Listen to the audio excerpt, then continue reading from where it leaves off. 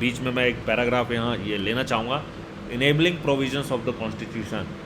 Constitution are not only rules and regulation controlling the powers of the government, they also give powers to the government for pursuing collective good of society। समाज का collective good करने के लिए, सामूहिक अच्छाई करने के लिए, सामूहिक good करने के लिए गवर्नमेंट को एम्पावर करता है। The constitution of south Africa assigns many responsibilities to the government।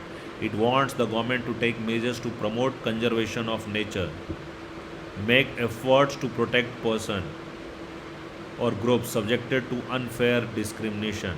So basically to protect people from unfair discrimination, and provides that the government must progressively ensure adequate housing to all, healthcare etc। ये south Africa के संविधान के बारे में ये कुछ enabling provisions लिखे हुए हैं। In the case of Indonesia also the government is enjoined to establish and conduct national education system. वहाँ का संविधान, इंडोनेशिया का संविधान नेशनल एजुकेशन सिस्टम के लिए गवर्नमेंट को पॉजिटिव स्टेप लेने के लिए एंजॉइन कर रहा है।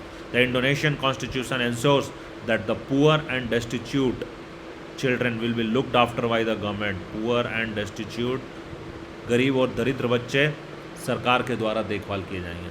सो these are the some of the enabling provisions in the constitution of various other countries. Similarly हमारे संविधान में भी ऐसे बहुत सारे एफर्मेटिव एक्शन, पॉजिटिव एक्शंस के लिए स्कोप है। तो finally and perhaps the most importantly, a constitution express the fundamental identity of the people.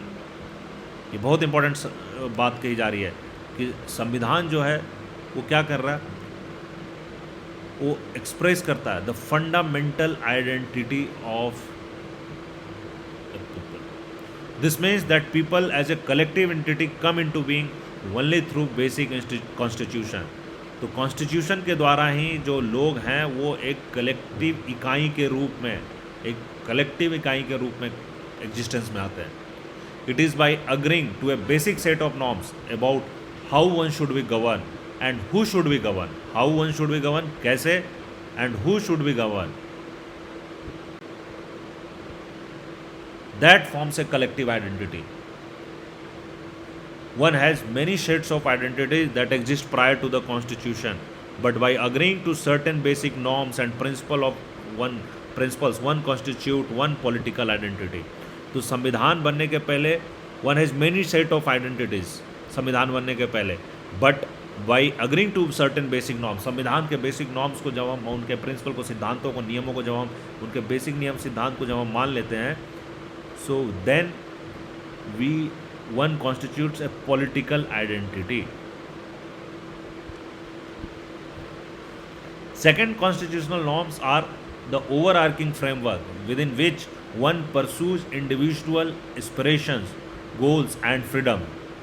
The constitution sets authoritative constraint upon what one may do or may not do। It defines the fundamental values that we may not trespass। So the constitution also gives one moral identity. संविधान एक moral identity देता है, कैसे कि what one person can do और what may not be done. किस बंदे को क्या करना है, क्या नैतिक है, क्या नहीं करना है, क्या अनैतिक है।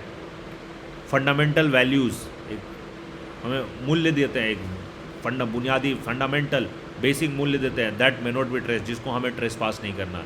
सो यह एक constitutional norms are the overarching framework. ये एक विस्तृत रूप से एक ढांचा है, which one pursues individual aspiration, within which, जिसके अंडर ही लोग अपने इंडिविजुअल आकांक्षाएं, अपने गोल्स और अपने फ्रीडम को परसू करते हैं। And third and finally, it may be the case that many basic political and moral values are now shared across different constitutional tradition. That बहुत सारे पॉलिटिकल और जो मोरल वैल्यूज़ है are now shared across different constitutional tradition. वो बहुत सारे संवैधानिक traditions, जो डिफरेंट ट्रेडिशन है, उसके तहत भी शेयर किए जाते हैं। Coming to next, if one looks at constitution around the world, they differ in many respect. In form of government they enjoin in many procedural word, they also share a good deal. Most modern constitution create a form of government that is democratic in some respects. Most claim to protect certain basic rights. सो ये बहुत important है कि जो अलग अलग देशों के संविधान अलग अलग तरीके से हैं, बट मोस्ट ऑफ द जो मॉडर्न संविधान है वो मोस्टली डेमोक्रेसी को सपोर्ट करती है, इन सम और the other form of democracy support करती है। एंड मोस्ट संविधान जो ये क्लेम करती है कि वो सर्टेन बेसिक राइट्स को प्रोटेक्शन देती है, नागरिकों के जो कुछ मूलभूत अधिकार है, बेसिक अधिकार है, उसका प्रोटेक्शन संविधान प्रोवाइड करती है। But the constitutions are different in many ways. They embody conception of national identity. Most nations are an amalgamation of complex set of historical traditions. They weave together the diverse group that reside within the nation in different forms. तो संविधान क्या है, ये basically क्या कर रहा है, संविधान are different in the embody concept of national identity provide करता है संविधान। हर एक कंट्री में मोस्ट ऑफ द देश ऐसे हैं, भारत में ही देख लें कि भारत के लोग जो हैं वो कॉम्प्लेक्स हिस्टोरिकल ट्रेडिशन है, और भारत तो बहुत ही ऐसे भी बोला जाता है, Bharat is a very diverse country. आप नागालैंड और आसाम से लेके गुजरात चले जाइए, अरुणाचल प्रदेश से का अलग ट्रेडिशन है, जम्मू कश्मीर का अलग ट्रेडिशन है, केरला का अलग ट्रेडिशन है, Bihar, Bengal, Maharashtra, so Punjab, you name state, Gujarat, Andhra Pradesh, Tamil Nadu, Sikkim, Mizoram, Agartala, Rajasthan, so you name state you will find कि we have different tradition. But ये जो संविधान है ये एक माला की तरह इनको पिरो कर रखता है, इन डिफरेंट ग्रुप्स को जो भारत में रह रहे हैं, इन सबको एक माला की तरह पिरो कर रखता है। तो हम इतनी सारी विविधताएं होने के बाद भी जब इंडिया का मैच हो रहा था तो सब इंडिया इंडिया इंडिया हम चिल्लाने लगते हैं। जब ओलंपिक्स मेडल आता है तो हम एज एक कंट्री कि हाँ ये हमारा देश है। जब वॉर होता है हम एज इंडियंस, तो we all belongs to different culture and we have different historical tradition, but संविधान हमें एक नेशनल आइडेंटिटी प्रोवाइड करता है, and that is the reason we call our self we are first proud Indians, and then we are whatever we are belonging to some, या तो हम linguistically different हैं, हम we are Bengali, we are Hindi, we are Tamil, we are Telugu, whatever, और we are regional, we are Bihari, we are Malayali, we are Gujarati. These things come second. First is that we are Indian, and this constitution ये हमें एक national identity provide करता है। For example यहाँ एक दिखाया, German identity was constituted by being ethically German. The constitution gave expression to this identity. The Indian constitution on the other hand does not make ethnic identity a criterion for citizenship. Germany में क्या है कि वहाँ जो ethnicity है, जो German होंगे उसी को जर्मनी का नागरिक माना जाएगा, बट इंडियन संविधान ऐसा नहीं है। भारतीय संविधान जो है वो एथनिसिटी को आइडेंटिटी नहीं देता है सिटीजनशिप के लिए। डिफरेंट नेशंस, तो इस तरह से हम देखेंगे कि हर एक देश के जो संविधान है वो थोड़ा डिफरेंट कॉन्सेप्ट्स फॉलो करते हैं, उनके सरकार और उस राष्ट्र में डिफरेंट विभिन्न प्रकार के रिलेशनशिप्स का एक डिफरेंट संविधान डिफरेंट वे हेड बताता है। This relationship constitutes the national identity of the country. और ये जो रिलेशनशिप है नेशन और सरकार के बीच में, ये नेशनल आइडेंटिटी कॉन्स्टिट्यूट करती है।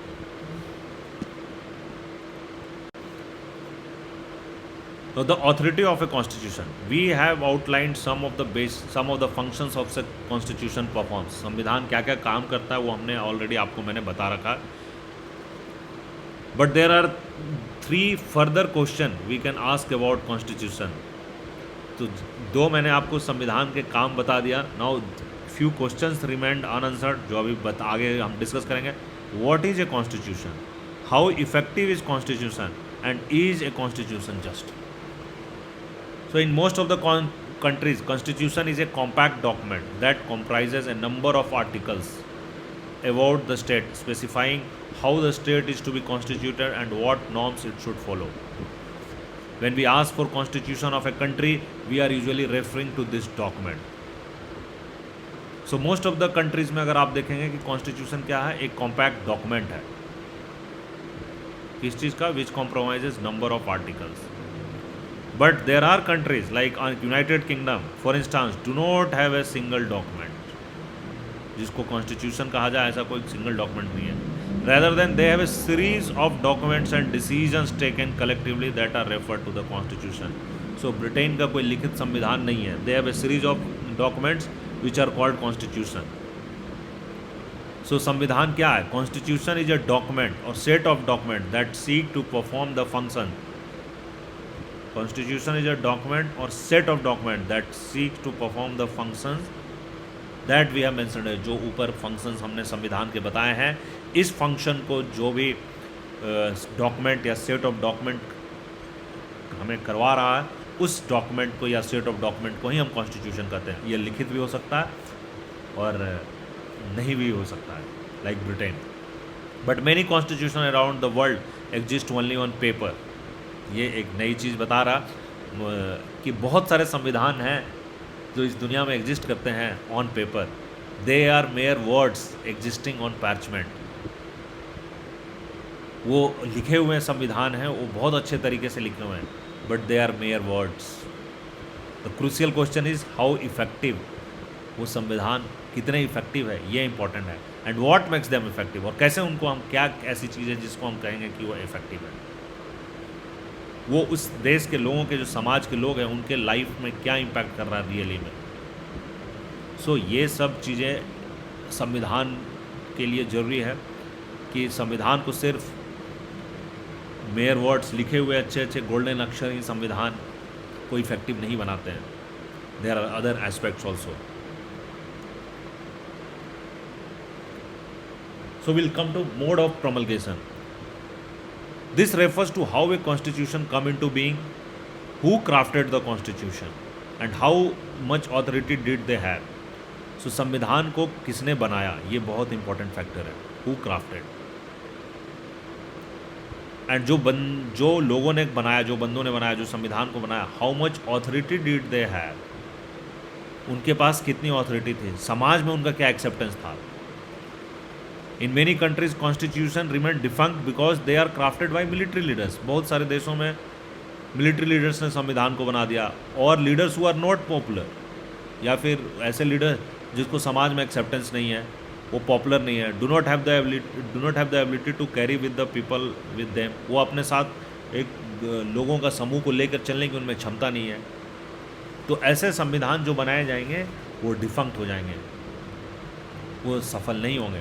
द मोस्ट सक्सेसफुल कॉन्स्टिट्यूशन कहाँ, like India, South Africa, United States, these are one of the, it's matter of pride कि Indian constitution is also one of the most successful constitution of the world. Are constitution which created in the aftermath of popular national movement. ये इनका successful होने का सबसे बड़ा reason है कि ये संविधान एक नेशनल मूवमेंट होने के बाद बनाया गया है, उसके आफ्टर मैथ में, उसके आउटकम में बना. Although India's constitution was formally created by Constituent Assembly between December 1946 and November 1949, it drew a long history of nationalist movement that had a remarkable ability to take along different sections of Indian society together. दो ये संविधान दिसंबर 1946 से लेकर नवंबर 1949 के बीच में बना, but इसके पीछे एक बहुत ही बैकग्राउंड थी, एक लॉन्ग हिस्ट्री थी किसकी, नेशनलिस्ट मूवमेंट की, राष्ट्रवादी मूवमेंट की एक लॉन्ग हिस्ट्री है. And that had a remarkable ability to take along different section. तो भारत के जो डिफरेंट सेक्शंस ऑफ सोसाइटी थे, हम सब अंग्रेज़ से गुलाम थे, अंग्रेज़ हमारे ऊपर अपनी हुकूमत कर रहे थे, भारत में पुरजोर तरीके से नेशनलिस्ट मूवमेंट चल रहा था.